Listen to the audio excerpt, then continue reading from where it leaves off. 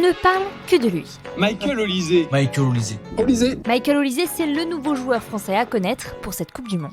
Pour moi, c'est le plus grand talent du football français depuis Zinedine Zidane. Tout le monde est dithyrambique à son égard. Michael Olysée, c'est magnifique et différent. Michael Olysée est complet. Quel cadeau tombé du ciel. D'ailleurs, dès 2024, Thierry Henry nous avait prévenu. Ça n'arrive pas souvent d'avoir des joueurs comme ça. Michael Olysée, c'est donc la nouvelle pépite de l'équipe de France, mais aussi un personnage complètement à part.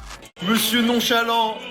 Michael Olysée a encore frappé. Avant le match, il est nonchalant. Pendant le match, il est nonchalant. Après le match, il est nonchalant. Non mais c'est trop ce mec. Avant chaque match, son obsession est de frotter la pelouse avec son pied. Il déteste par-dessus tout qu'on s'intéresse à lui. Il n'a pas envie de se vendre en fait dans les médias. Il nourrit ce côté discrétion.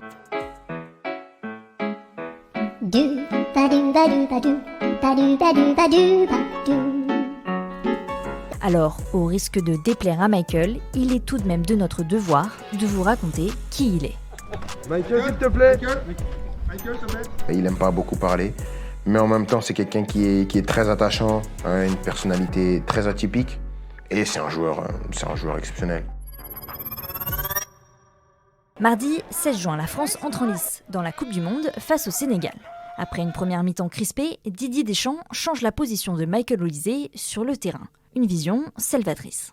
Les Bleus lancent de la meilleure des façons leur mondial, leur Coupe du Monde 2026 en s'imposant 3-1 face au Sénégal. Didier Deschamps l'a positionné à la base dans le couloir droit, donc là où il joue habituellement avec le Bayern Munich. Et puis en deuxième mi-temps, Didier Deschamps l'a positionné dans une position de meneur de jeu derrière Mbappé. Donc c'est une position qui lui permet de vraiment être le dépositaire du jeu, de créer le jeu, d'être un peu au centre du jeu d'une certaine façon.